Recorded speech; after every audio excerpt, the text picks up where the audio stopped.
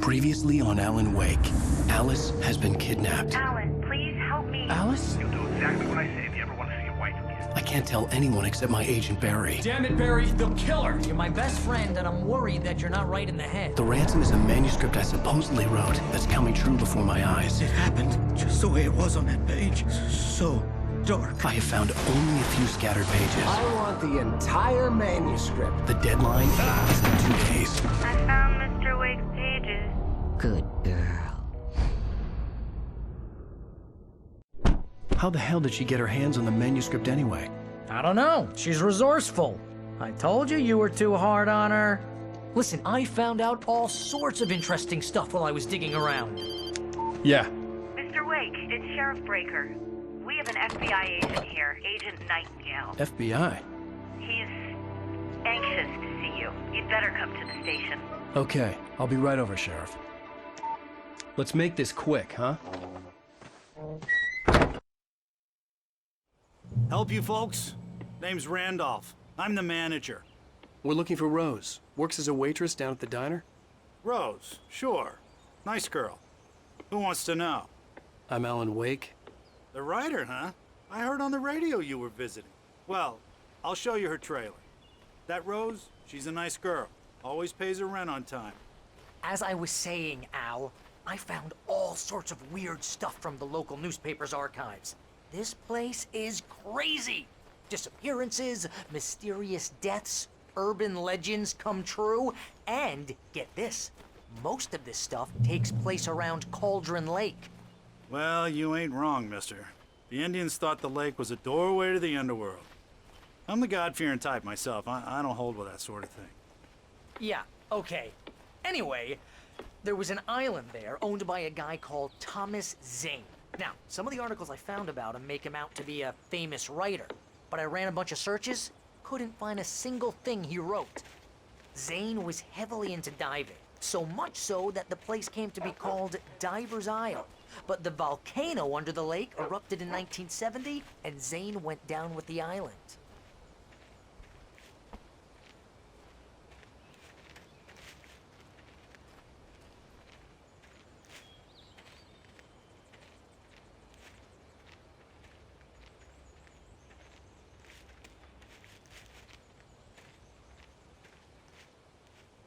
It gets better.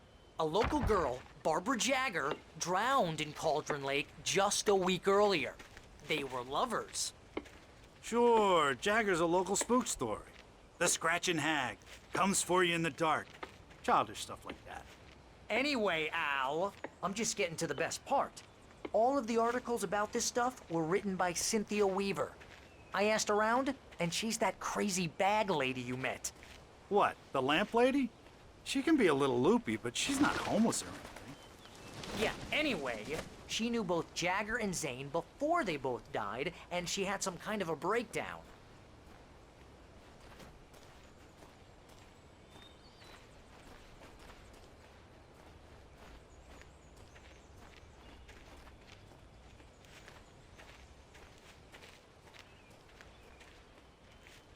Well, mister, this here's Rose's trailer. You mind me asking what you want with her? We're just here to talk to her, pal.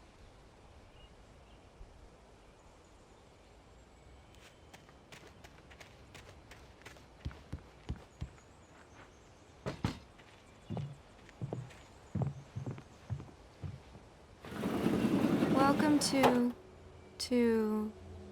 Oh dear, Mr. Wake. I'm so glad you're here. Rose, you have my manuscript? Oh. Oh, yes. Yes. Please, come in. Hey, this is really good. Rose, Yes, my manuscript.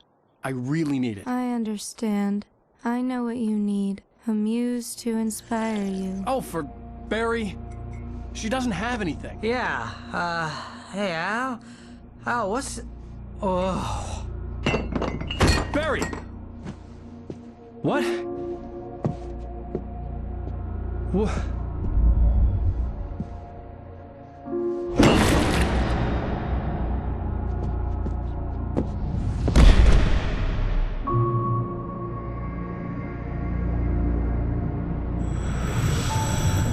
It's coming for you, hiding in my barber's skin. I'm too weak to stop it. You must turn the lights on. I promised I'd come visit you and your lovely wife. You must finish what you started. I insist. You must turn the lights on. Turn the light on. Back to work, boy.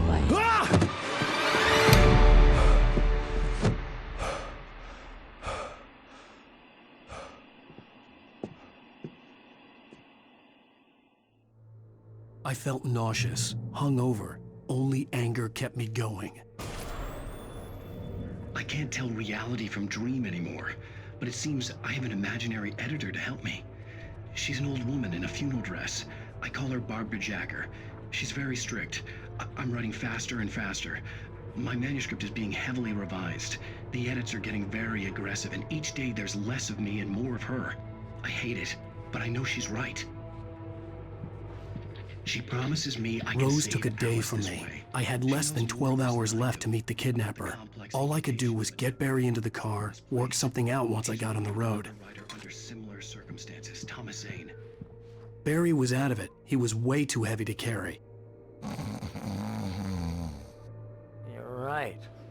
I deserve more money.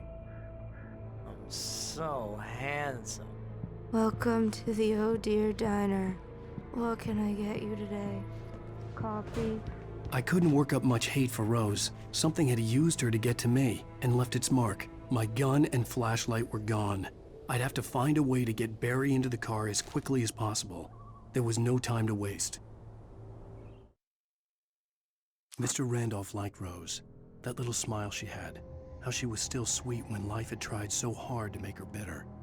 It wasn't any of his business what she did in her trailer. But those strangers, the writer and his smart-ass sidekick, looked like trouble. And they'd been in there for hours, way past her normal bedtime. He reached for the phone and called the sheriff's station.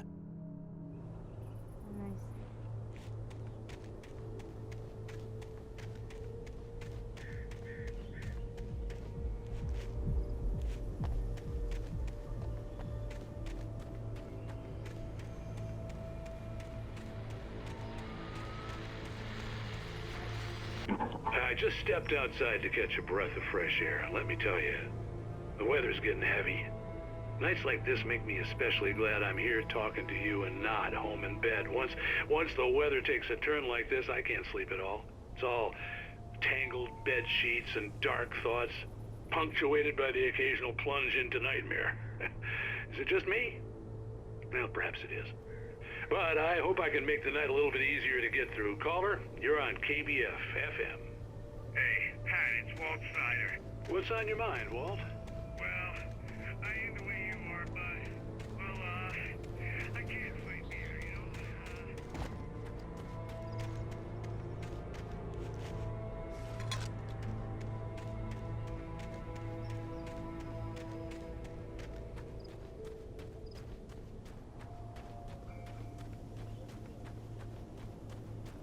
Oh, you're gonna get it now. God knows what you've done to that poor girl. This is Agent Nightingale, FBI! Get him up, Hemingway! You're under arrest! You move a muscle, I'll unload right in your goddamn face! Stay right where you are, Slane!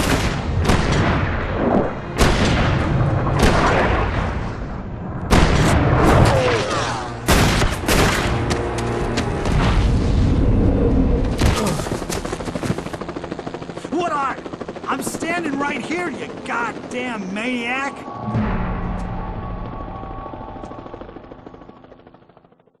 I hated to leave Barry behind, but there was no way I'd miss my appointment with the kidnapper. Give it up, Mr. Wake. Come on. Take it easy on it. Get after it. Don't let him get away.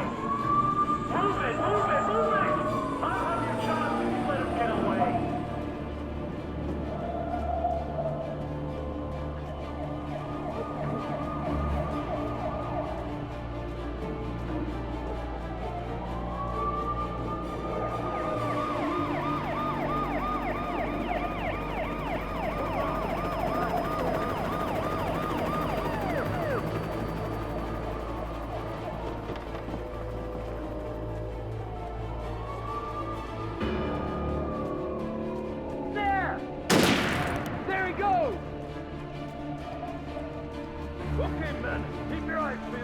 gonna try to make it through here.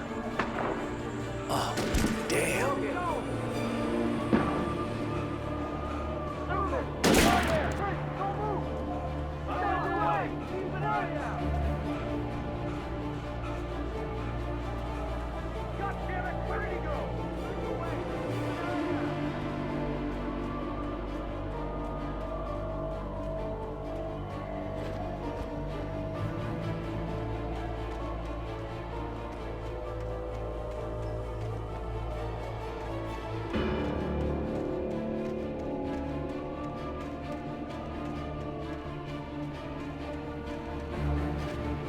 Gone! Come on, guys! We need to head him off!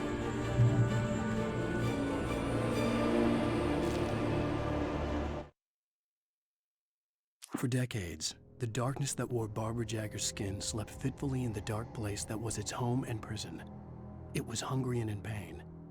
It dreamed of its nights of glory when the poet's writing had called it from the depths and given it a brief, terrible taste of power and freedom. The rock stars had stirred it from the deep sleep the poet had sunk it back to in the end. When it sensed the writer on the ferry, it opened its eyes.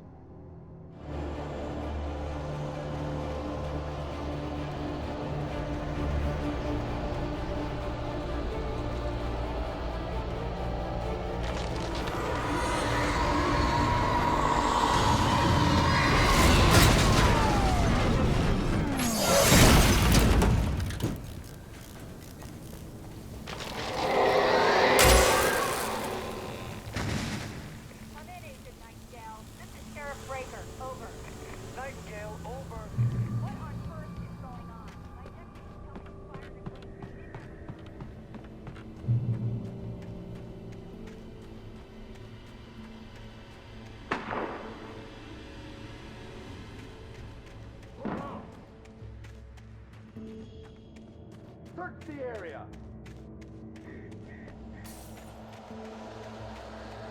Stay sharp! This way! Over here!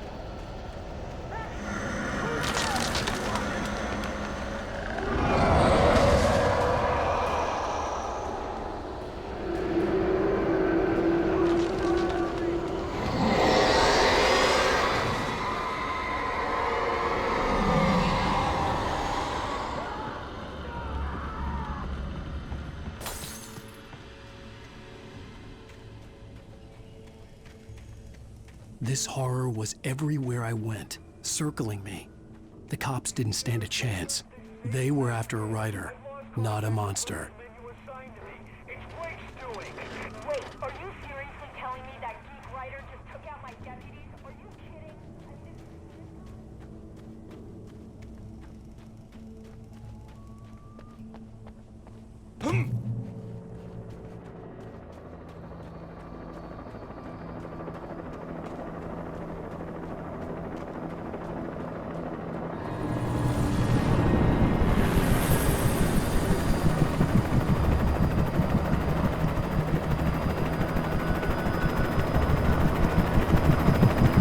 You on the ground.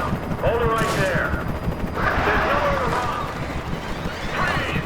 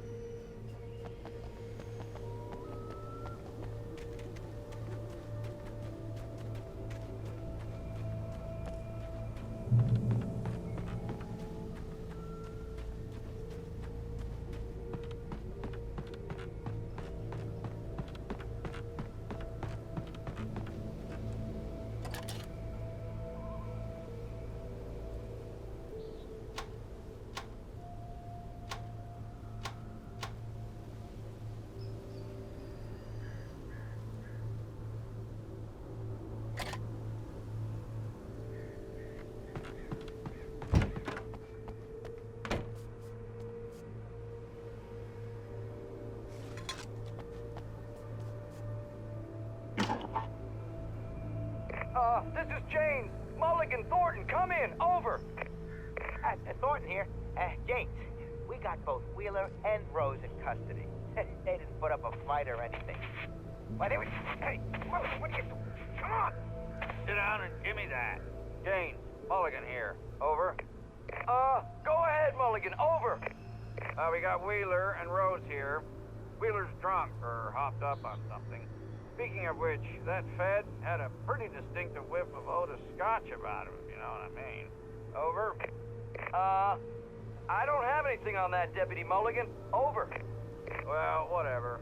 Anyway, Rose is just being plain weird here. You better get Doc in to take a look at both of them. Over. Gotcha. You better get them here quickly. The, Fed's gonna want to interview Wheeler. Over. Oh, yeah, I'll bet he does. Looks like they have a lot in common. Mulligan out.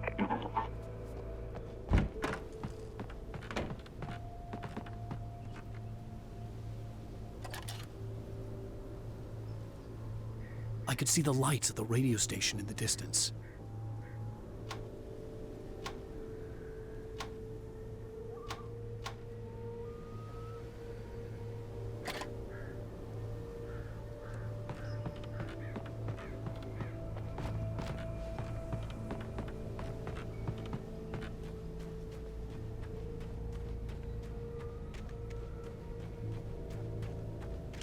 I imagined that the broadcast tower in the distance was part of the local radio station.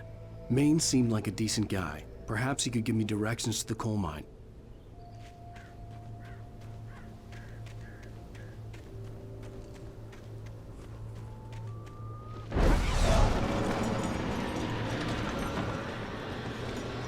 Unnatural shadows clung to the gate. The darkness that was after me was trying to stop me. I wouldn't get through without a light.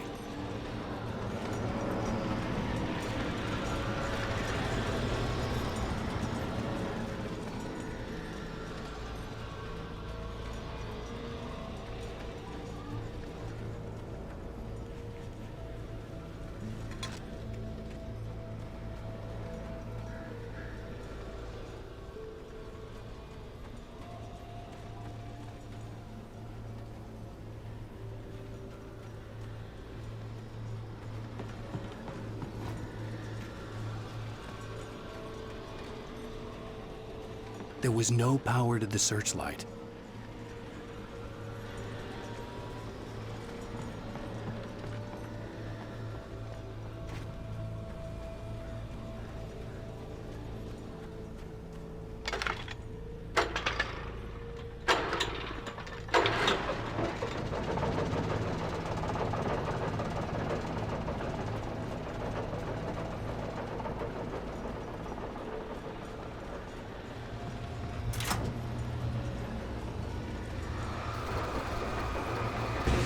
The old generator conked out. I'd have to see if I could fix it and try again.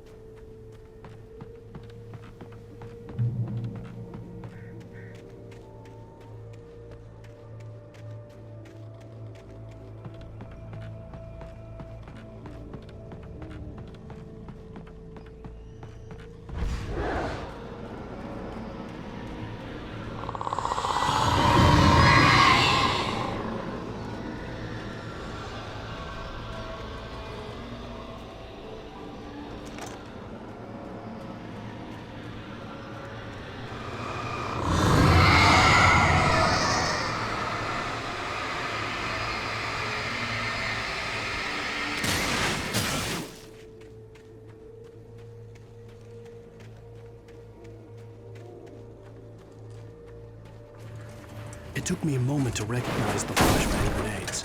They were an ideal weapon for my situation. Team 1, come in. Over. Team 1, this is Sheriff Breaker. Report. Over.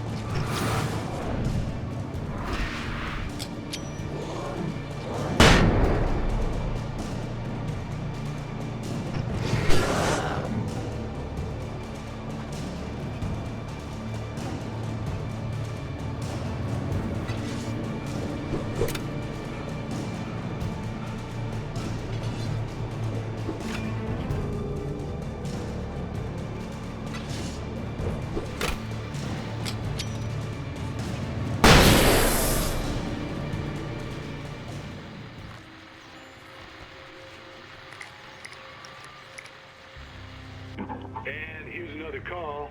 You're on KBFFM with Pat Maine. It's Milt Peabody, Pat. What's on your mind, Milt? Well, I live near the trailer park, Pat, and there's a big ruckus going on over there. Well, that's just up the road from me, too. What's going on, do you know? I don't know, but there's a bunch of police cars there, lots of sirens, a helicopter buzzing around, and I think I heard some gunshots. Gunshots? Yes, sir, like from a pistol. So can you find out what's going on? Because it's just next door and they're popping off guns there. They're still shooting? No, it was maybe 10, 15 minutes ago. It sounds serious, Pat. I'm telling you, it don't sound like no party. Well, I'm certainly going to give the station a call, Milt. Okay. You'll hear it here as soon as I hear from them. Okay, thanks.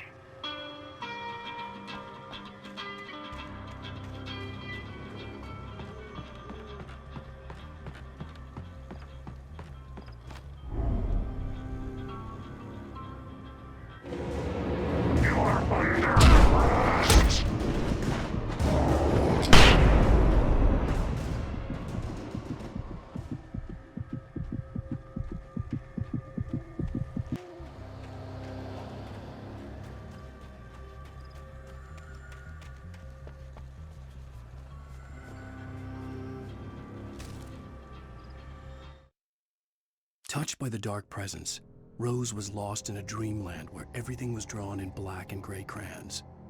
The old lady had promised her that all her wishes would come true. She would be Alan Wake's muse. She was smiling so hard it hurt her face. She crushed a bottle full of sleeping pills into the coffee. Deep down inside, she was screaming in terror.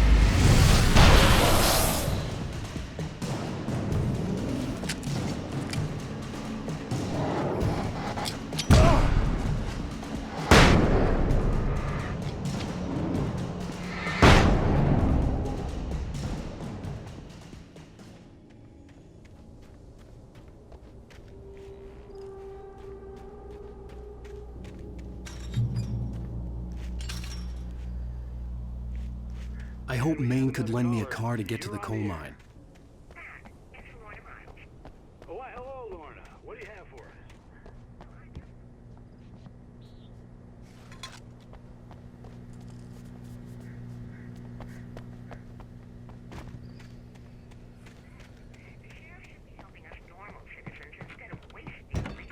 Those people. Well, Let the trash sort themselves out. I'm sorry, but my granddaddy settled in Bright Falls in 1911. well, thank you very much for that compassionate viewpoint, Lorna. Oh, here's a little surprise. The famous writer Alan Wake just walked in. Folks, I'm going to see if I can talk him into an interview. Come on in, Mr. Wake. Oh, I'm so glad you could find the time to do this, Mr. Wake. Nowhere to run now, Dan Brown. You back away from me. Don't hurt her. Whoa. Everyone calm down. Put the gun down. We're all friends here, right? Cool your jets, Nightingale. We got him. What the hell's the matter with you? There's a civilian in there.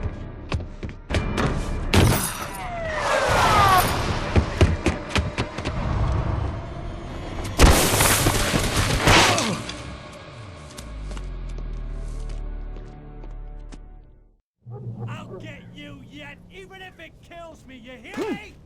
You hear me, H.P. Lovecraft? I had fallen off so many cliffs it was ridiculous. That's what you get for naming a book The Sudden Stop. It was probably good I hadn't had the chance to tell Maine where I was going. I'd have to lose the cops and find my own way to the mine.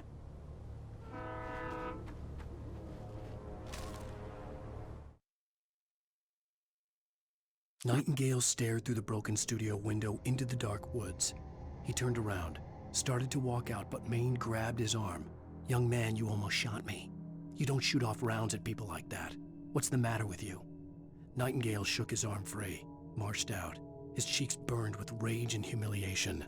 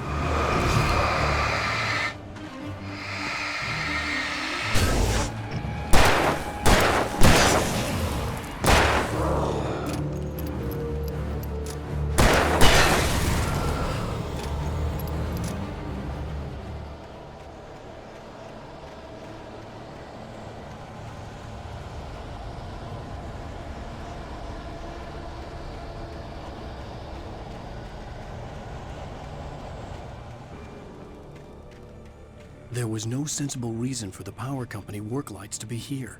It was almost as if they'd been left for someone like me to use.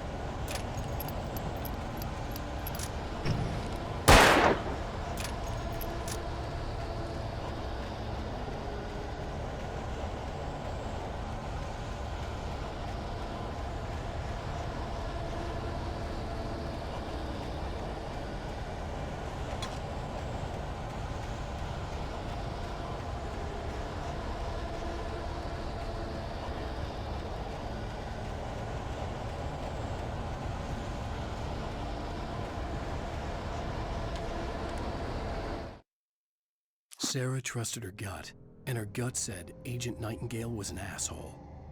He felt wrong, and it wasn't just the smell of stale booze.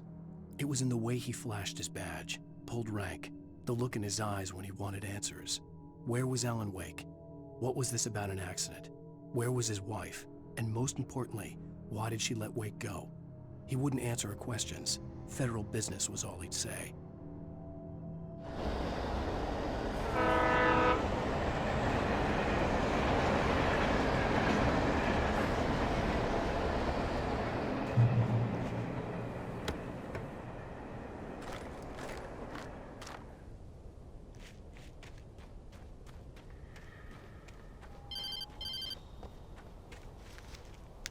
Hello? The most stubborn man I've ever met. Alice? Alice? Alan, I'm so afraid. Keeps me in the dark. Please help me. I look at you, Alan, and it's not you. Something else. Looking out from behind your eyes. Alice, I'm here. I'm so alone here. It's all gonna go to hell. You need to be careful. Cooperate. The connection had been terrible, but that wasn't the only thing that hadn't been right with the call. She sounded wrong somehow, but she had called me. The pipe wrenched itself loose from the bridge's steel framework. Wrapped in darkness, it floated in midair, twitching. For a moment, I didn't understand what I was looking at. The heavy object lurched at me with impossible force. I threw myself out of the way, but just barely. When I turned my flashlight on it, it shook in a dark rage before it flew at me again.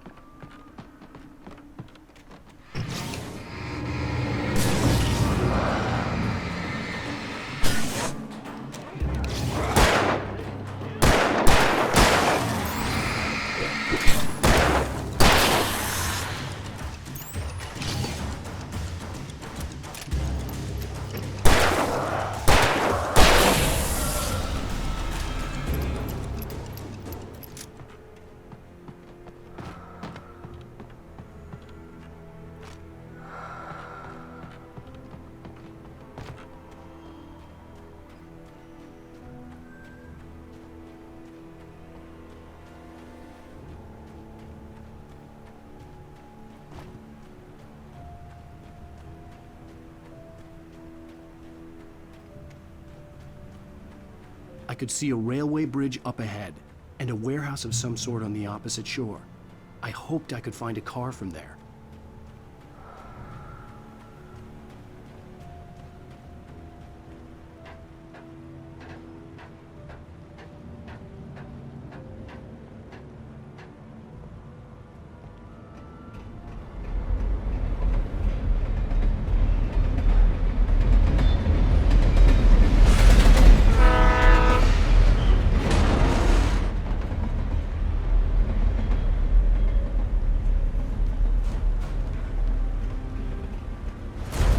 That was pursuing me was growing stronger, and it was taking over everything in its path.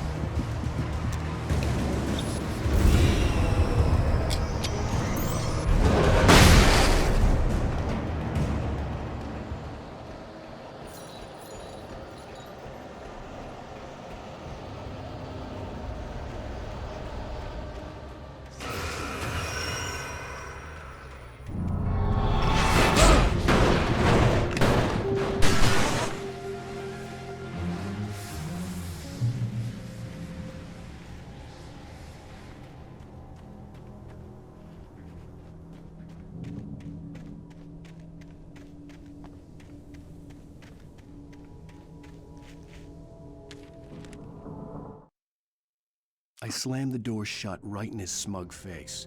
He pleaded for me to open the door. True to form, the asshole actually thought I would obey. I had no sympathy left, no guilt either, not for him. I took a moment to savor the scream. I bet I had a smile on my face. It was all that I had time for. The dark presence was inside the lodge with me.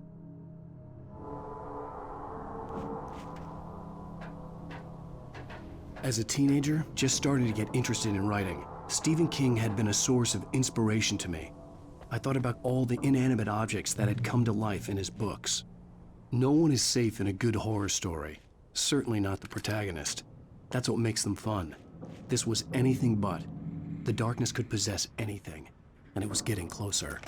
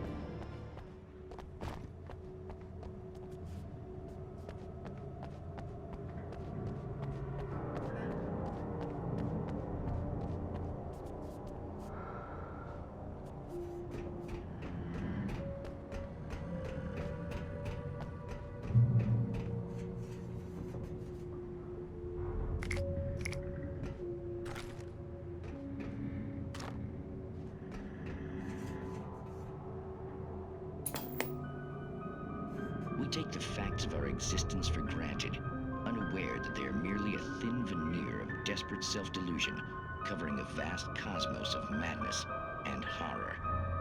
All too often, the stars are right. In Night Springs. Tonight's episode, a family occasion. Journalist Alan Durl's trip to study the local customs of the insular community in Night Springs has been less than successful.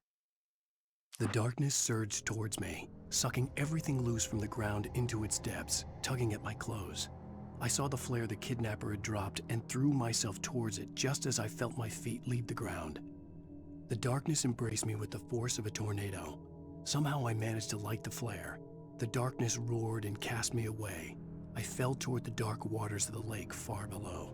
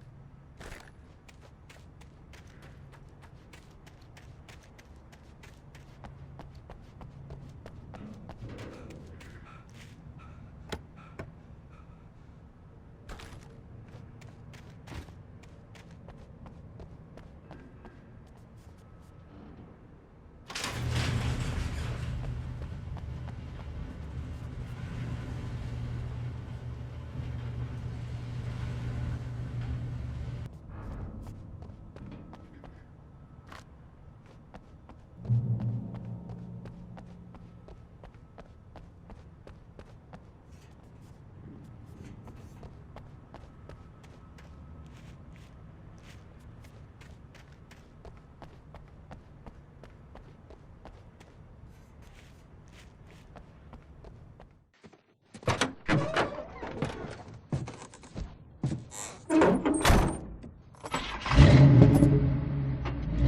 had never been this glad to see the sunrise. I had a couple of hours to get to the coal mine.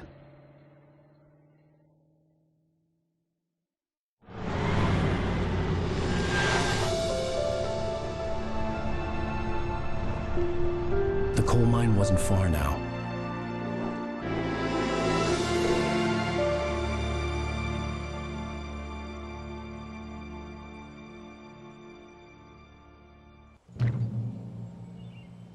Today, I would meet the kidnapper, and he would give me Alice. I wouldn't give him any other choice.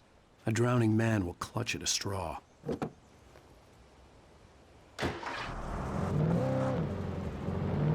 Little by little, without realizing it, I'd come to believe that the story in the manuscript was coming true. The current of its narrative had taken me deeper and deeper into dark waters. Alice had been taken from me. Barry was probably in jail. I was a fugitive from the FBI. The whole world taken over by the dark presence was trying to destroy me. It all felt real, but it matched a textbook case of insanity.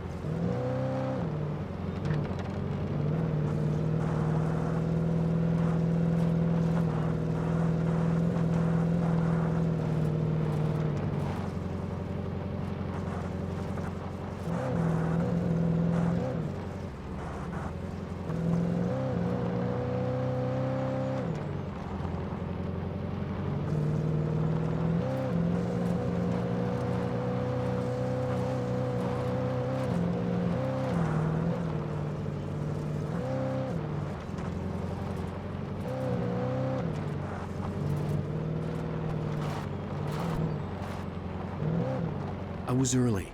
I was supposed to meet the kidnapper at noon in the main building. The coal mine was quiet. It was a museum now.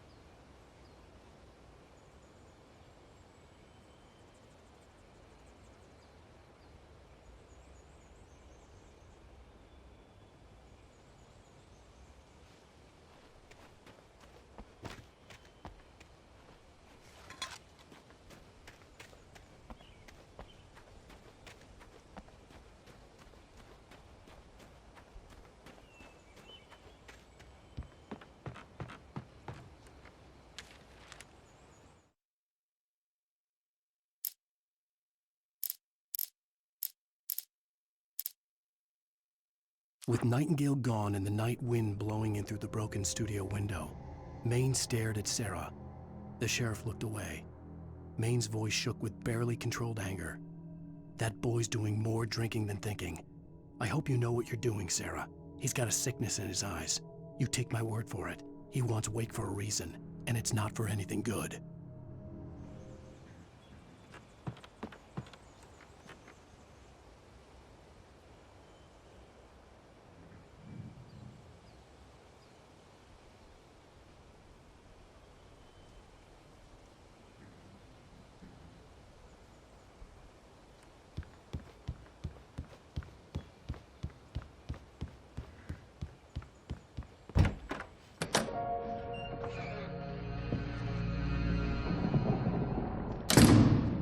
I didn't want to go outside. Cops had to be looking for me. The noon sun turned the place into a sauna. The day dragged on. Different scenarios ran through my mind. Ways of how I'd torture the kidnapper to get Alice back. Or the different horrible things he could have done to her. I imagined her dead. I had no way of knowing she was still alive. It was killing me. I was running on blind hope. It was all a waste of time. The bastard never showed up.